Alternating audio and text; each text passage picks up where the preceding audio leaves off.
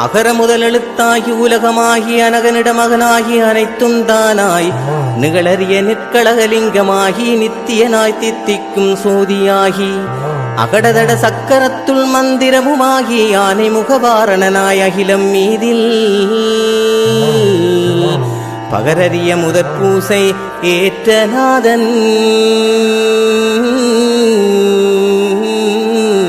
பாடலுக்கு துணை புரிவாய் பாதம் போற்றி.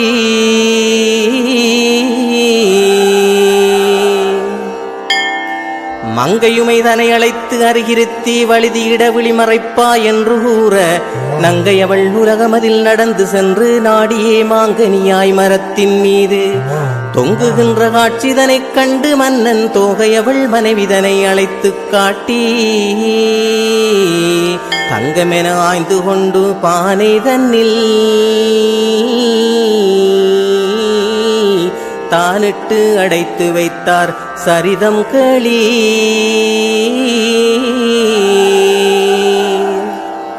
மாறனவன் 3 நாள் சென்று பார்க்க மாங்கனியும் புத்திரியாயிருக்க கண்டு கூறறிய சோதிடரை அழைத்து மன்னன் கூறுடி வீறு குழந்தை சரிதமென்ன நீரனவே மாமதுரை அளித்து மண்ணில் நிட்டூரம் அதிகரிக்கும் என்று கூற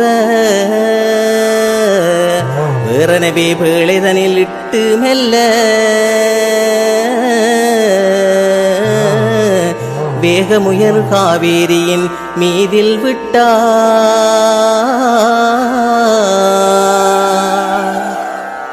மிக உயர்ந்த மானாகன் குளிக்கும் வேளை மின்னனையே உனைக் கண்டு திறந்து பார்க்க அகமகிழ்ந்து குழந்தை என்று அரவணைத்து அன்பான கண்ணகியாள் என்று நாமம் இகமதிலே இட்டு வளர்த்திட்டார் உன்னை இப்படியே நீ வளர்ந்து வயதுமாகி நிகரறிய கோவலர்க்கு மனம் முடித்து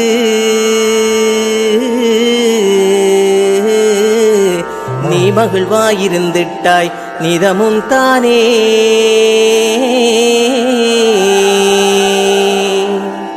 மீகாமன் என்னும் ஒரு வீரன் முன்னே மேதினியில் உன்புகளை நாட்ட எண்ணி நாகமணி எடுக்கவென்று நயந்து சென்று நங்கையரே உன் சிலம்பு செய்து வைத்து வாகான வளையலிட்டு மகிழக் கண்டு வஞ்சியரே வதுவை கொண்டு வைத்தார் அன்று ஏகாந்த நிலை கொள்ள அமர்ந்த தாயே